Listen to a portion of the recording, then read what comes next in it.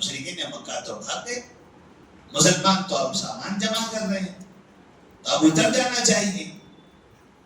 عبداللہ بن جبیر رضی اللہ تعالیٰ عنہ نے کہا کیا تمہیں نہیں پتا ہے کہ نبی صلی اللہ علیہ وسلم نے ہمیں کیا کہا تھا کہ جب تک کہ میں نہ حکم دوں اترنے کا اس وقت آپ نہیں اتریں گے؟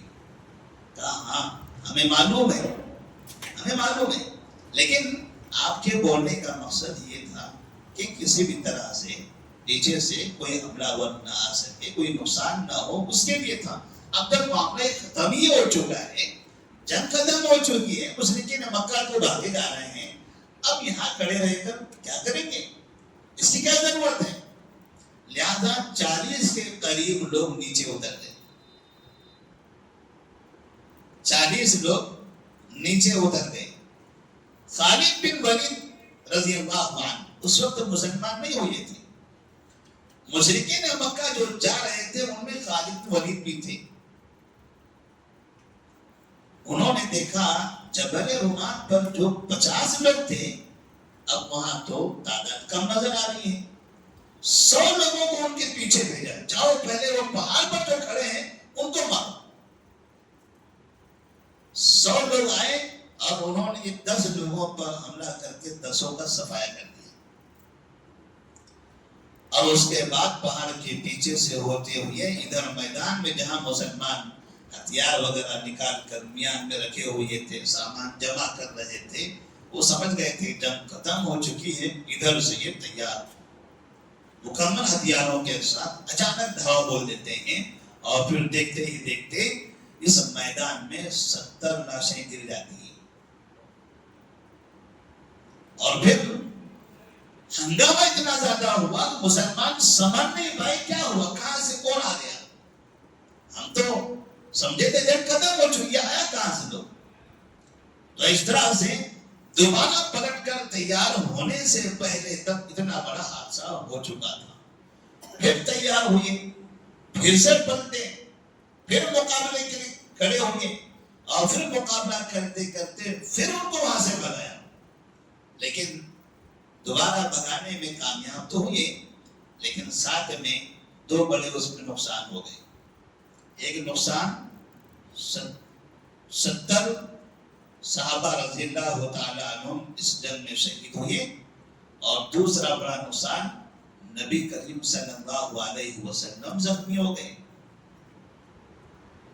آپ کے دانت توڑ دیے گئے، آپ کی پیشانی زخمی ہو گئی، آپ پر خنجروں سے حملے کیے گئے، تیر پھینکے گئے آپ پر، یہاں تک کہ آپ صلی اللہ علیہ وسلم پر بے ہوشی طاری ہو گئی تھی، اور لوگ یہ سمجھ رہے تھے کہ نبی کریم صلی اللہ علیہ وسلم کی شہادت ہو گئی۔ اور اسی درمیان میں کفار مکہ جب انہیں محسوس ہو رہا تھا کہ نبی کی طرف سے کوئی آواز نہیں آ رہی ہے، تو انہوں نے اعلان کرنا شروع کر دیا کہ ہم نے محمد کو قتل کر دیا ہے۔ جب یہ افواہ پھیلنے لگی تو کفار میں اور ہمت آئی، اور ادھر مسلمان کمزور ہونے لگے۔ جب نبی نہیں رہے تو ہم جی کے کیا کریں گے، اب ہم جی کے کیا کریں گے، وہ ہمت ہارنے لگے۔ لیکن تھوڑی دیر میں نبی کریم صلی اللہ علیہ وسلم کی طرف سے اعلان آیا، اور پھر بعد میں تمام مسلمان پھر متحد ہوئے، پھر ایک جگہ جمع ہوئے، پھر ان کے اندر ہمت آئی، اور کفار مکہ مکمل طور پر وہاں سے فرار ہو گئے۔ نبی اللہ تبارک و تعالیٰ نے یہاں ایک سبق دیا ہے۔ اللہ فرماتے ہیں وَلَقَدْ صَدَقَكُمُ اللَّهُ وَعْدَهُ إِذْ تَحُسُّونَهُم بِإِذْنِهِ حَتَّى إِذَا فَشِلْتُمْ وَتَنَازَعْتُمْ فِي الْأَمْرِ وَعَصَيْتُمْ مِن بَعْدِ مَا أَرَاكُمْ مَا تُحِبُّونَ، تمہاری مدد کا ہم نے وعدہ تو کیا ہے، اللہ نے یہ وعدہ کیا ہے کہ مومنین کی مدد کرے گا۔ تو اللہ نے ان صحابہ سے کہا کہ ہم نے تو تمہاری مدد کا وعدہ کیا تھا، بدر میں تمہاری مدد کیا، وہاں تم کامیاب ہو گئے، یہاں بھی تمہاری مدد کا وعدہ تھا، لیکن تم نے کیا کیا؟ نبی نے آپ سے کہا تھا کہ وہاں رکے رہو، اترنا نہیں ہے۔ قرآن کیا کہتا ہے؟ ما آتاکم الرسول فخذوہ وَمَا نَهَاكُمْ عَنْهُ فَانْتَهُوا، رسول تمہیں جو دیں اسے لے لو، جس سے منع کریں اسے رک جاؤ۔ نبی نے جیسا کہا ہے ویسا ماننے میں ہی نجات ہے۔ نبی کے فرمان کے آگے عقلی گھوڑے دوڑانے سے زندگی میں بہت نقصان ہوتا ہے، اور وہ اگر دیکھنا ہے تو یقین مانیے سب سے بڑی مثال موجودہ زمانے میں ان مسلمانوں کو دیکھ لیے جو مسلمان شرک میں مبتلا ہے۔ اگر پوچھا جائے ان کی تعداد کتنی ہو سکتی ہے، ٹوٹل مسلمانوں کا 10% ہے وہ لوگ، کیا ٹوٹل مسلمانوں کم سے کم 60% ہوں گے؟ کہا جائے 60% ہو سکتے ہیں، زیادہ بھی ہو سکتے ہیں۔ نبی نے آپ سے کہہ دیا قبروں کو پختہ مت بناؤ، بس نہیں بنانا ہے آپ نے، نشانی رکھنا چاہتے ہیں، علامت رکھنا چاہتے ہیں، فنا چاہتے ہیں، کوئی ضرورت نہیں۔ نبی نے کہہ دیا پختہ نہیں بنانا ہے، نہیں بنانا ہے۔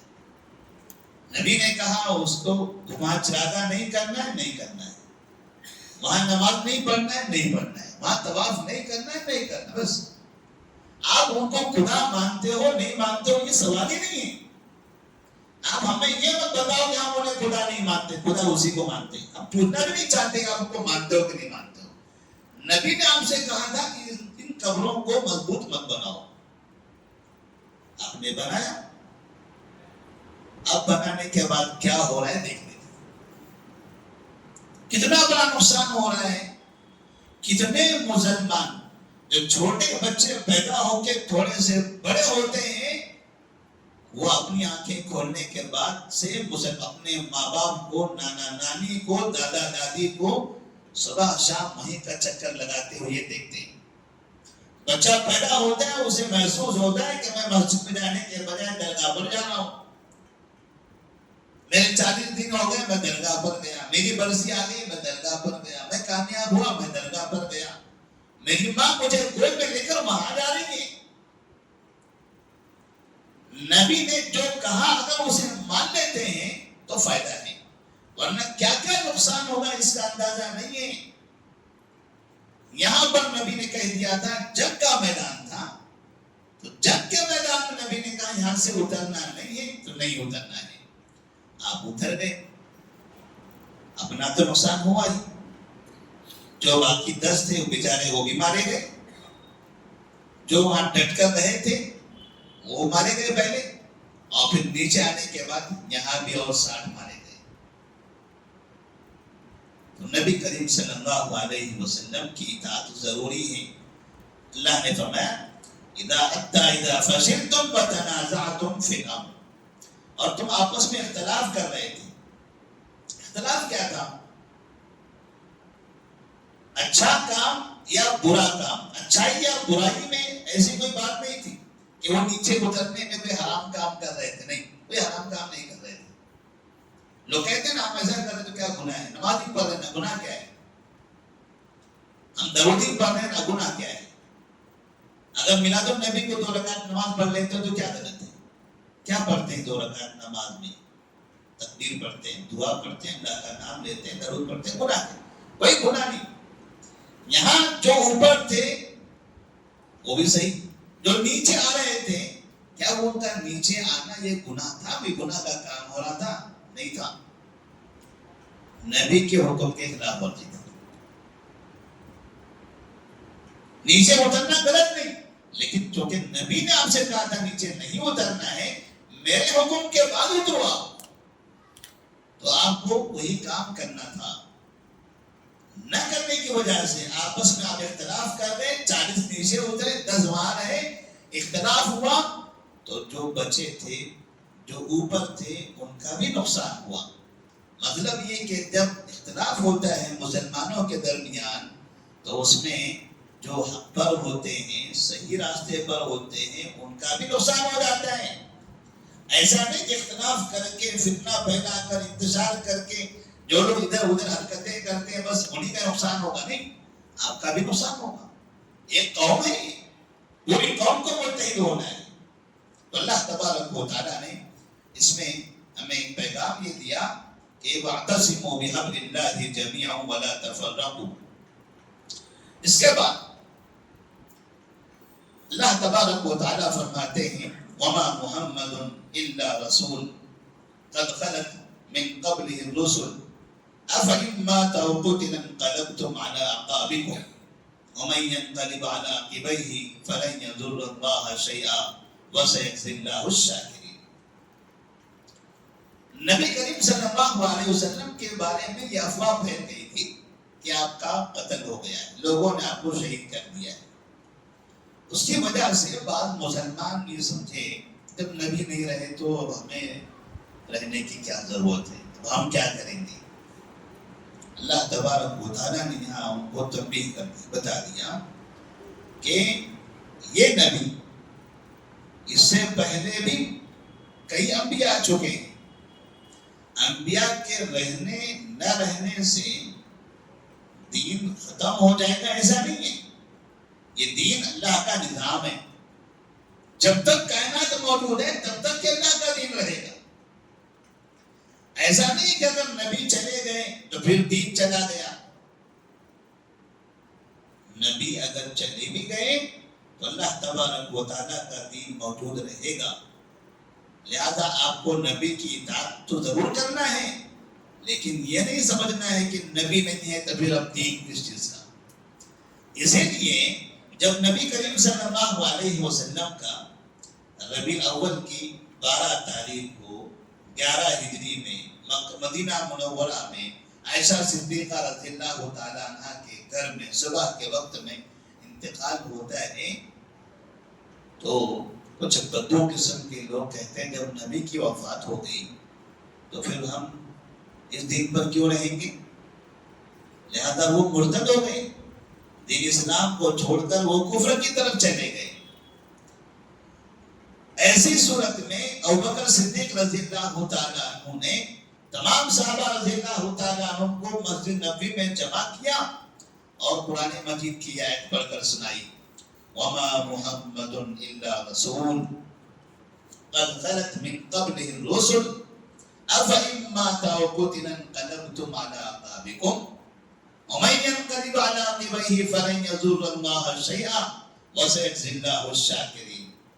ابوبکر صدیق رضی اللہ تعالیٰ عنہ نے دیکھا لوگ تذبذب کا شکار ہیں، ایک حادثہ ہو گیا، نبی کی وفات ہو گئی، غم سے نڈال ہیں، پریشان ہیں. اب انہیں تسلی دینے کی ضرورت ہے، انہیں بتانے کی ضرورت ہے کہ نبی آئے تھے تو نبی ہمیشہ رہنے والے نہیں ہیں، ایک نئے دن ان کو تو جانا ہے. لیکن نبی کے جانے کی وجہ سے ایسا نہ ہو کہ آپ دین چھوڑ دو. نبی کی زندگی کا مقصد تو یہی تھا کہ آپ دین پر ہمیشہ رہو. یہ مقصد نہیں تھا کہ نبی جب تک ہے تب تک رہو بعد میں چھوڑ دو، بلکہ جب تک کہ آپ زندہ ہو تب تک کہ آپ کو اپنے دین اسلام پر باقی رکھنا ہے. وَلَا تَمُوتُنَّ إِلَّا وَأَنْتُمْ مُسْلِمُونَ. موت تک آپ کو مسلمان رہنا ہے. کسی کے دنیا میں آنے جانے سے، کوئی حادثہ ہو جانے سے آپ کو دین نہیں چھوڑنا ہے. نبی کا تو پیغام یہی تھا. ابوبکر صدیق رضی اللہ تعالیٰ عنہ صحابہ رضی اللہ تعالیٰ عنہ کو جمع کیا اور اعلان کیا من كان يعبد محمدا فإن محمدا قد مات ومن كان يعبد الله فإن الله حي لا يموت. لوگوں سنو، جو محمد صلی اللہ علیہ وسلم کی عبادت کرتا تھا وہ سن لے کہ ان کا انتقال ہو چکا ہے. اگر آپ یہ سمجھتے تھے کہ وہی اصل ہیں، وہ نہیں ہیں، وہ یہ سن لے کہ ان کا انتقال ہو چکا ہے. ومن كان يعبد الله فإن الله حي لا يموت. اور جو اللہ کی عبادت کرتا تھا وہ سن لے کہ اللہ تبارک و تعالیٰ زندہ ہے، وہ کبھی مرنے والا نہیں. لہذا آپ کو ہمیشہ اس کے دین پر باقی رہنا ہے. عمر فاروق رضی اللہ تعالیٰ عنہ کہتے ہیں کہ ابوبکر صدیق رضی اللہ تعالیٰ عنہ نے سورہ آل عمران کی یہ آیت نمبر 144 144 جب سنائی ہمیں وما محمد الا رسول قد خلت من قبلہ الرسل، اس آیت کو سننے کے بعد ایسے لگ رہا تھا کہ یہ آیت ابھی نازل ہوئی ہے. آیت تو ہم پڑھتے تھے پہلے بھی، مگر اس کا پس منظر جس حالت میں اس آیت کو جو سمجھنے کا موقع تھا، آج ہمیں اس آیت کا مکمل صحیح مفہوم سمجھ میں آ گیا۔ ابوبکر صدیق رضی اللہ تعالیٰ نے کمال کر دیا، اور وہاں پھر تمام صحابہ رضی اللہ تعالیٰ عنہ ابوبکر صدیق رضی اللہ تعالیٰ عنہ پر متحد ہو گئے۔ ایک اور بات، اللہ تبارک و تعالیٰ نے اس سورہ کے اندر جہاں پر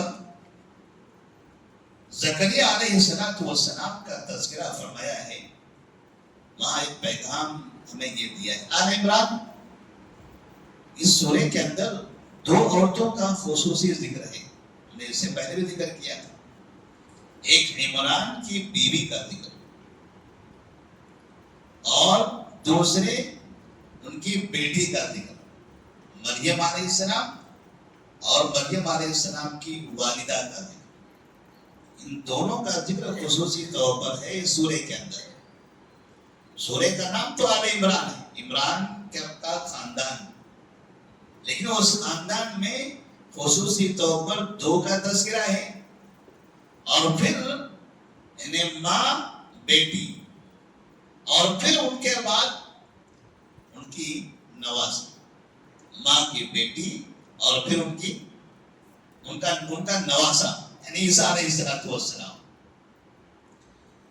اسی لیے بات مفسرین نے لکھا ہے کہ آل عمران میں دو عورتوں کا خاص ذکر ہے، اور اس کے فوراً بعد ایک سورہ آتی ہے جس کا نام ہے سورۃ النساء، اور نساء کا معنی ہوتا ہے عورتیں۔ مطلب اللہ تبارک و تعالیٰ نے قرآن مجید میں پھر عورتوں کو کتنی اہمیت دی ہے۔ عورتیں بھی اگر دیندار ہو، تقوی شعار ہو، اللہ کی عبادت گزار ہو، تو وہ بھی دوسروں کے لیے آئیڈیل بنتے ہیں۔ اور وہی آئیڈیل کا یہاں ذکر ہے کہ جب زکریا علیہ السلام مریم علیہ السلام کے پاس پہنچتے تھے، اللہ نے کہا کلما دخل علیہا زکریا المحراب وجد عندها رزقا قال یا مریم انى لك هذا قالت هو من عند الله ان الله يرزق من يشاء بغیر حساب۔ کتنی پیاری آیت ہے۔ زکریا علیہ السلام آ کر پوچھتے ہیں، جب ان کے کمرے میں داخل ہوتے ہیں مریم علیہ السلام کے، وہاں دیکھتے ہیں کہ الگ الگ قسم کے پھل رکھے ہوئے ہیں۔ وہ پھلوں کو دیکھ کر تعجب کرتے ہیں کہ یہ پھل تو بازار میں کہیں بھی نہیں ہے، ان پھلوں کا موسم بھی نہیں ہے۔ ایسا بھی نہیں کہ باغات میں یہ پھل آئے ہوئے ہوں، کھیتیوں میں آئے ہوں، یا بازار میں کہیں یہ پھل بک رہا ہو، ایسا بھی نہیں ہے۔ پھر ان کے پاس کہاں سے آئے؟ جو نہ کھیتیوں میں ہے نہ بازار میں ہے، وہ پھل ان کے پاس کھانے کے لیے کہاں سے حاضر ہوئے؟ انہوں نے پوچھا انّا لکی ھذا، مریم یہ کہاں سے آیا؟ قالت من عند اللہ، اللہ کی طرف سے، اللہ کی طرف سے۔ ان اللہ یرزق من یشاء بغیر حساب۔ آپ کو لگتا ہے اللہ کو اگر روزی دینا ہو تو کھیتیوں کی ضرورت ہے، وہ بازاروں کی ضرورت ہے؟ روزی کہاں سے آتی ہے؟ آسمان سے۔ اللہ نے ایک راستہ بنایا ضرور ہے کہ آسمان سے پانی گرے گا، پھر زمین سے پودے اگیں گے، پھر اناج آپ کے گھر پہنچے گا۔ یہ راستہ بنایا ضرور ہے اللہ تعالیٰ نے، لیکن پھر بھی اللہ تبارک و تعالیٰ وہاں سے پانی گرا کر زمین سے اناج نکالنے کا محتاج نہیں ہے، اس کی ضرورت نہیں ہے۔ جب من و سلوہ آسمان سے اس نے نازل کیا تھا تو من و سلوہ بغیر بارش کے، بغیر کھیتی کے کیسے آیا بنو اسرائیل کے پاس؟ تو ایسے ہی میرے پاس اللہ کے پاس سے آیا ہے۔ ان اللہ یرزق من یشاء بغیر حساب، اللہ جسے چاہتا ہے بے حساب دیتا ہے۔ زکریا علیہ السلام سوچ میں پڑ گئے، نیک خاتون ہیں، اللہ کی عبادت گزار خاتون ہیں، دیندار خاتون ہیں، اس کی دینداری، ایمانداری، دیانتداری، عبادت گزاری اور اطاعت، اس پر اللہ تبارک و تعالیٰ نے انہیں یہ روزی عطا فرمائی۔ ایک پیغام ملتا ہے کہ اگر عورتیں دیندار ہو، عبادت گزار ہو، فرما بردار ہو، تو اللہ تبارک و تعالیٰ اس کے گھر میں ہمیشہ روزی کی فراہمی کرتا ہے۔ روزی صرف مردوں سے نہیں آتی ہے کہ مرد باہر محنت کرتا رہے تو روزی آئے گی۔ گھر میں عورتوں کو بھی دیندار ہونا چاہیے۔ اگر عورتیں بھی دیندار ہو، عورتیں بھی اللہ تبارک و تعالیٰ کی فرما بردار ہو، وہ بھی اللہ کی عبادت میں اپنا وقت صرف کر رہی ہو، تو اللہ تبارک و تعالیٰ ان کی روزی میں، ان کے گھر میں برکت دیتا ہے۔ ایک پیغام ہے کہ مردوں کے ساتھ ساتھ مرد جو باہر روزی کے لیے محنت کرتے ہیں، اس محنت کے ساتھ ساتھ یہاں روزی کے لیے اللہ تبارک و تعالیٰ سے مانگنا، دعائیں کرنا، عبادت کرنا، یہ عورتوں کا کام ہے۔ ہنالک دعا زکریا ربہ۔ اب یہاں ایک دوسری بات شروع ہو جاتی ہے۔ یہ ایک واقعہ ہوا، ایک عجیب قسم کا واقعہ تھا کہ ان کے پاس ایسے پھل آئے ہوئے تھے جو بازار میں کہیں نہیں تھے، کھیتیوں میں نہیں تھے۔ اللہ نے وعدہ کر دیا۔ اس چیز سے زکریا علیہ السلام نے کیا سبق لیا، کیا سمجھا ہے اسے؟ تو اللہ کہتے ہیں ہنالک دعا زکریا ربہ قال رب هب لي من لدنك ذرية طیبہ انک سمیع الدعاء۔ نیک لوگوں کی صحبت میں رہیں گے، نیک لوگوں کے پاس رہیں گے، ان سے رابطے میں رہیں گے، ان کے ساتھ رہیں گے، تو اللہ تبارک و تعالیٰ الگ الگ سبق دے گا، بہت سی چیزیں سیکھنے کو ملے گی۔ ہنالک دعا زکریا ربہ قال رب هب لي من لدنك ذرية طیبہ۔ یہاں مریم علیہ السلام کو بغیر موسم کے تو نے پھل دے دیا۔ اللہ میرے گھر میں اولاد نہیں ہے، اور اولاد کا موسم بھی نہیں ہے۔ اولاد کا موسم جوانی ہو، آدمی بھی جوان ہو، عورت بھی جوان ہو۔ یہاں آدمی بھی ریٹائر ہو چکا ہے اور عورت بھی بعد ہو چکی ہے، دونوں بھی کمزور ہیں، آدمی بھی کمزور ہے، عورت بھی کمزور ہے۔ لیکن جب بغیر اسباب کے روزی آ سکتی ہے تو اللہ بغیر اسباب کے پھر تو اولاد نہیں دے سکتا۔ ہنالک دعا زکریا ربہ قال رب هب لي من لدنك ذرية طیبہ انک سمیع الدعاء۔ تو زکریا علیہ السلام نے یہاں اس چیز سے یہ سبق لیا کہ بغیر موسم کے پھل مل سکتا ہے، تو اللہ مجھے بغیر موسم کے اولاد بھی دے سکتا ہے۔ وہ بھی روزی ہے اور اولاد بھی روزی ہے، وہ بھی رزق ہے، یہ بھی رزق ہے، یہ دونوں بھی روزی ہے جس کے لیے انسان دنیا میں محنت کرتا ہے۔ اور پھر لیکن اس روزے کے لیے کرنا کیا ہے؟ جیسے مریم علیہ السلام عبادت کرتے تھے، تو اللہ تبارک و تعالیٰ نے یہاں پر پھر زکریا علیہ السلام کے بارے میں فرمایا ہنالک دعا زکریا ربہ قال رب هب لي من لدنك ذرية طیبہ انک سمیع الدعاء فنادته الملائکة وهو قائم يصلي في المحراب ان الله يبشرك بيحيى مصدقا بكلمة من الله وسيدا وحصورا ونبيا من الصالحين۔ اب وہ کثرت سے اللہ تبارک و تعالیٰ کی عبادت میں لگ گئے، اللہ سے مانگنے لگے، اور عبادت کے درمیان میں اللہ تبارک و تعالیٰ نے انہیں یحییٰ علیہ السلام کی بشارت دی۔ عمر بہت ہو گئی تھی، انہیں لگتا تھا کہ اولاد کے پیدا ہونے کا وقت ختم ہو چکا ہے، لیکن جب روزی آ سکتی ہے بغیر موسم کے تو اولاد کیوں نہیں آ سکتی؟ اس یقین کے ساتھ انہوں نے اللہ تبارک و تعالیٰ سے دعا کی اور اللہ تبارک و تعالیٰ نے انہیں اولاد بھی عطا کر دیا۔ اس لیے نبی صلی اللہ علیہ وسلم فرماتے ہیں کہ اللہ تبارک و تعالیٰ سے آپ جیسی امید کرو گے اللہ تبارک و تعالیٰ آپ کے لیے ویسا نظر آئے گا۔ ایسا نہیں کہ اللہ تو معاف کرنے والا ہے، تیرا دل چاہ معاف کر ورنہ چھوڑ دے۔ اللہ تیرے ہاتھ میں ہے مغفرت کرنا، تیری مرضی ہے، معاف کرے گا، جنت میں بھیجے گا ورنہ جہنم میں ڈالے گا، تیری مرضی ہے۔ ایسے کیوں؟ ایسی مایوسی کیوں؟ تو تیرے ہاتھ میں دینا، تو دیا تو ٹھیک ہے، نہیں تو نہیں، دیا تو دیا، نہیں تو نہیں، کیوں؟ اللہ سے کیوں مایوسی؟ وَلَا تَيْأَسُوا مِن رَّوْحِ اللَّهِ إِنَّهُ لا يَيْأَسُ مِن رَّوْحِ اللَّهِ إِلَّا الْقَوْمُ الْكَافِرُونَ۔ اللہ نے کہا کافر لوگ ہوتے ہیں جو اللہ سے مایوس ہوتے ہیں۔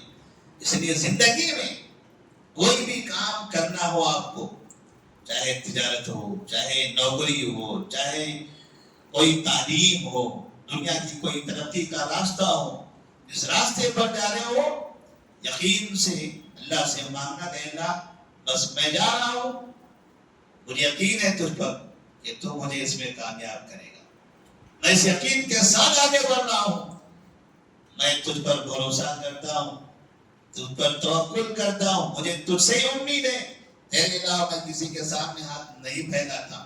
اللہ پر جتنا یقین ہوگا اللہ تبارک و تعالیٰ اتنا ہی بہتر ہماری زندگی میں فیصلہ کرے گا۔ ایک سبق ہمیں یہ بھی ملا زکریا علیہ السلام کے اس واقعے سے، اور اللہ تبارک و تعالیٰ سے ہم یہ پر دعا کرتے ہیں کہ اللہ تبارک و تعالیٰ ہمارا بھی ایمان مریم علیہ السلام، زکریا علیہ السلام کی طرح بنائے، ہمارے اندر بھی وہ یقین پیدا فرمائے، اللہ پر اتنا بھروسہ ہو، اللہ کی کثرت سے عبادت کی ہمیں توفیق عطا فرمائے، اور اختلافات و انتشار جس سے نبی کے زمانے میں احد کے میدان میں مسلمانوں کا نقصان ہوا تھا، ایسے اختلاف، ایسے انتشار سے ہم سب مسلمانوں کو محفوظ رکھیں، اور منافقین کے شر سے، ان کے فتنے سے تمام مسلمانوں کو بچائیں۔ السلام علیکم ورحمۃ اللہ وبرکاتہ۔